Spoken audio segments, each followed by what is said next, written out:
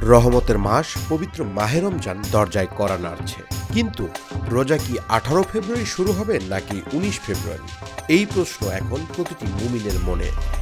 জ্যোতির্বৈজ্ঞানিক হিসাব এবং বিভিন্ন দেশের আনুষ্ঠানিক ঘোষণা বলছে এবার রোজা শুরুর তারিখ নিয়ে কিছুটা ভিন্নতা থাকলেও একটি নির্দিষ্ট তারিখের সম্ভাবনাই সবচেয়ে বেশি।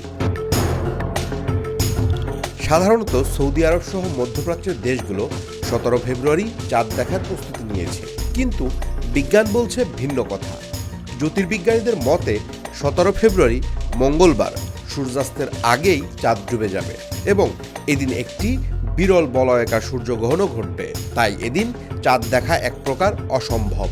ফলে শাবান মাস 30 দিন পূর্ণ হওয়ার সম্ভাবনাই প্রবল।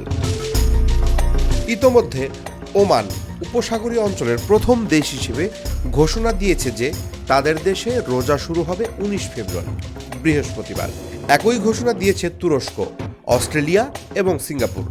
এই দেশগুলো জ্যোতির্বৈজ্ঞানিক হিসাব বা অ্যাস্ট্রোনমিক্যাল ক্যালকুলেশনের উপর ভিত্তি করে এই সিদ্ধান্ত জানিয়েছে। সংযুক্ত আরব আমিরাতও জানিয়েছে 19 ফেব্রুয়ারি রোজা শুরুর সম্ভাবনাই সবচেয়ে বেশি। ওদিকে পাকিস্তান আবহাওয়া দপ্তর জানিয়েছে 18 ফেব্রুয়ারি সন্ধ্যায় সেখানে চাঁদ দেখা যেতে পারে। অর্থাৎ দক্ষিণ এশিয়ার দেশগুলোতে 19 বা 20 তারিখের দিকে রোজা শুরু হতে পারে।